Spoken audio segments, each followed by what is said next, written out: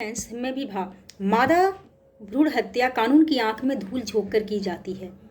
इसके आंकड़े प्राप्त कर पाना असंभव है, किंतु आंकड़े ना होना इस बात का सबूत नहीं है कि समस्या नहीं है। मादा भ्रूण हत्या आज की नवीन समस्या नहीं है, पहले भी होती रही है।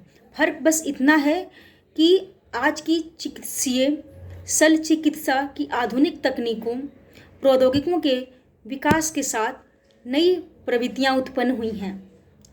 इसके साथ ही नई बुरी संस्कृति का जन्म हुआ है और इस संस्कृति ने बालिकाओं को जन्म लेने पर रोक लगा रखा है।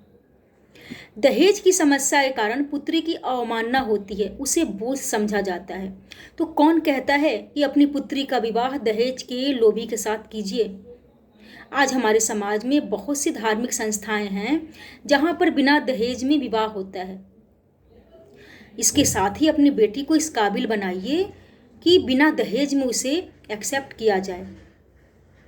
सबसे बड़ी सामाजिक सोच यहाँ पर आ जाती है कि पुत्री की सुरक्षा सबसे बड़ी जिम्मेदारी मानी जाती है। तो इतिहास गवाह है, रानी लक्ष्मीबाई, रानी पद्मावती बेटी ही तो थी, उन्होंने अपनी रक्षा मरते दम तक की। अपनी बेटी को इस काबिल बनाइए कि वो अपनी रक्षा स्वयं कर सके। अपनी बेटी को शारीरिक मानसिक रूप से सुदृढ़ बनाइए।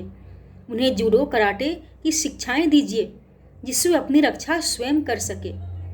याद रहे, हम बेटियां कमजोर नहीं होती हैं, हमें कमजोर बनाने का प्रयास किया जाता है।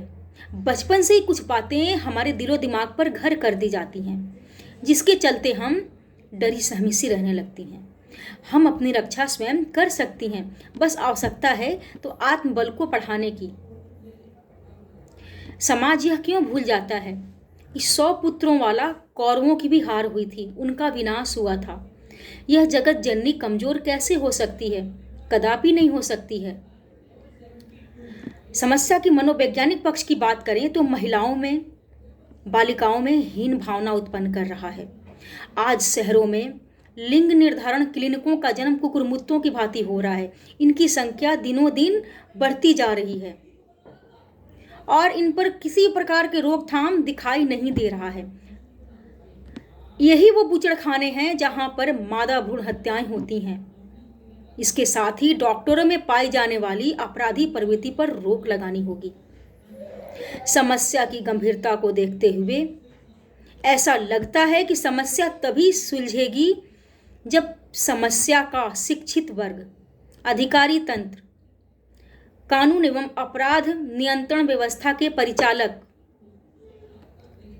मीडिया से जुड़े लोग, महिला संगठन एकजुट होकर मादा भ्रूण हत्या, कन्याओं के विरुद्ध हो रहे अत्याचार,